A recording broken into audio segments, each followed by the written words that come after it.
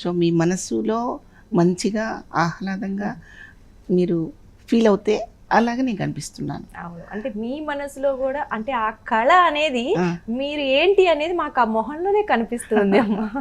మేము ఊహించుకోవడంతో పాటు Thank you రా. మీరు మా నిజంగా అమ్మ నాన్న ఇచ్చిన ఆస్తి నాకు అది. డెఫినెట్లీ సో అయితే అసలు మీకు నాటక రంగంలో ఫస్ట్ జాయిన్ అయ్యారు కదా, అక్కడ చేరారు కదా, అంటే ఎందుకు రావాలనిపించిందమ్మా అక్కడ? మా ఫాదర్ ఆర్టిస్ట్. ఓకే. నేను పుట్టి పెరిగింది గుంటూరు జిల్లా తెనాలి. తెనాలి అంటే కళలకి నిలయం. డెఫినెట్లీ.